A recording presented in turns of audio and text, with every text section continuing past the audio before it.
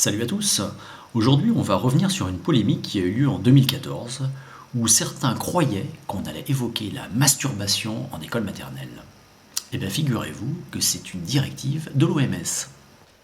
Plus exactement, c'est l'une des directives publiées dans ce document titré Standards pour l'éducation sexuelle en Europe, rédigé en 2013 par, entre autres, le Bureau régional pour l'Europe de l'OMS, et qui donne, je cite, un cadre de référence pour les décideurs politiques, les autorités compétentes en matière d'éducation et de santé, et les spécialistes. Ce document est aujourd'hui téléchargeable sur le site de l'association suisse Santé Sexuelle, qui se dit défendre, je cite, une éducation sexuelle basée sur les droits, qui permettent aux enfants et aux jeunes d'acquérir les connaissances, compétences, attitudes et valeurs nécessaires au développement de leur identité sexuelle et de leur santé sexuelle. Allez, je ne vais pas vous faire attendre, on va directement page 38, où l'OMS préconise d'informer les enfants entre 0 et 4 ans, j'ai bien dit entre 0 et 4 ans, sur, je cite, le plaisir et la satisfaction liés au toucher de son propre corps, la masturbation enfantine précoce.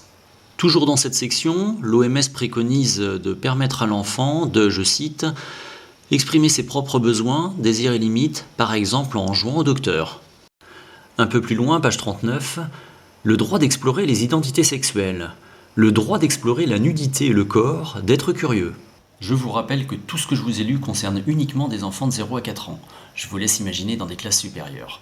Donc ceux que ça intéresse, vous pouvez télécharger ce document sur un lien que je vous ai mis dans la description de la vidéo. Alors bien entendu, ces textes ont généré une grosse polémique. Les médias aux ordres européistes ont essayé de faire passer ça pour une simple rumeur. Alors bien entendu, ils ne pouvaient pas trop s'avancer non plus parce qu'il y avait quand même une vérité derrière. Et alors, ils ont essayé de faire croire que toute cette agitation n'était due qu'à de gros fascistes, des gars d'extrême droite, d'ignobles réactionnaires. Par exemple, le papier de Quentin Girard dans Libération, titré « Non, vos enfants ne devront pas se masturber à la maternelle ». Si ce journaliste avait fait un travail honnête, il aurait titré « Oui, l'OMS veut informer les enfants entre 0 et 4 ans de la masturbation enfantine précoce ».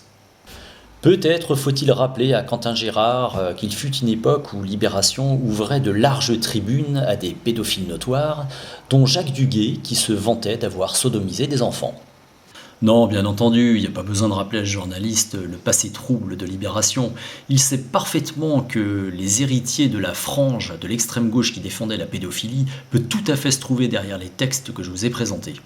À propos d'influence, je vous invite à regarder un excellent reportage d'Arte d'1h30, l'OMS dans les griffes des lobbyistes.